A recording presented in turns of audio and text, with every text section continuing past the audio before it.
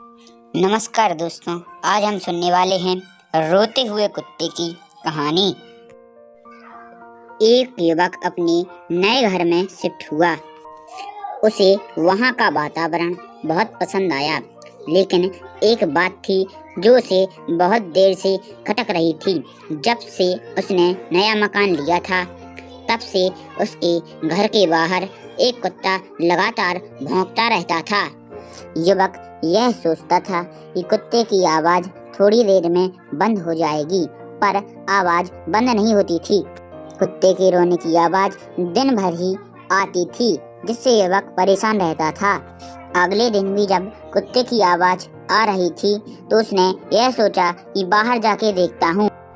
उसने बाहर जाकर देखा तो यह आवाज तो उसके पड़ोसी के घर से ही आ रही थी।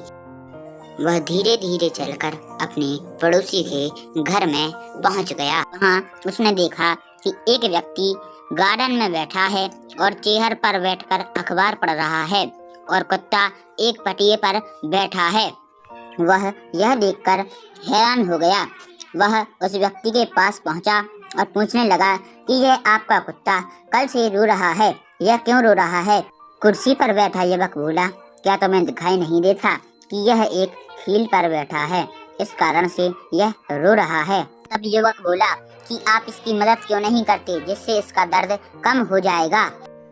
दूसरा व्यक्ति बोला, यह इस कारण से हील पर बैठा है क्योंकि इसे ज्यादा दर्द नहीं हो रहा है, यह इस कारण रो रहा है।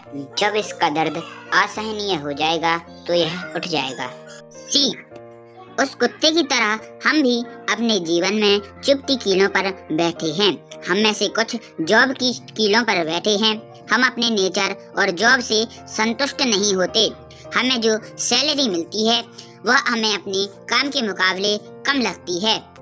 इस कारण हम आए दिन जॉब को लेकर शिकायतें करते हैं, पर निरंतर उस जॉब को करते हैं। कुछ लोग रिश्तों के कीलों पर बैठे हैं। कई एब्जर्वाई रिलेशनशिप में फंसे हुए हैं। किसी रिश्ते में प्यार और सम्मान नहीं है।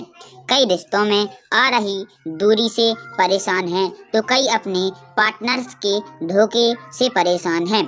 लेकिन सब कुछ जानते हुए भी सब कुछ सह रहे हैं। लेकिन हम उस चुभती कीलों को छुटकारा पाने के लिए कुछ नहीं करते, क्योंकि हमें लगता है कि अभी इनकी चुभन या दर्द ज्यादा नहीं है। हम उस चुभन को तब तक सहते हैं जब तक कि वह असहनीय नहीं हो जाए। ऐसी कीलों की चुभन से छुटकारा पाने का उपाय तुरंत करना चाहिए, क्योंकि देर करने से समस्या बढ़ती है।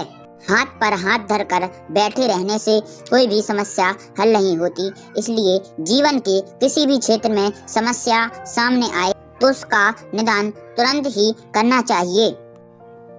फ्रेंड्स, अगर आपको इस कहानी की अच्छी लगी है तो इसे अपने जीवन में उतारने का प्रयास जरूर करें। और इस प्रकार की कहानियों को सुनने के लिए हमारे चैनल को लाइक, शेयर, सब्सक्राइब जरूर करें। धन्यवाद।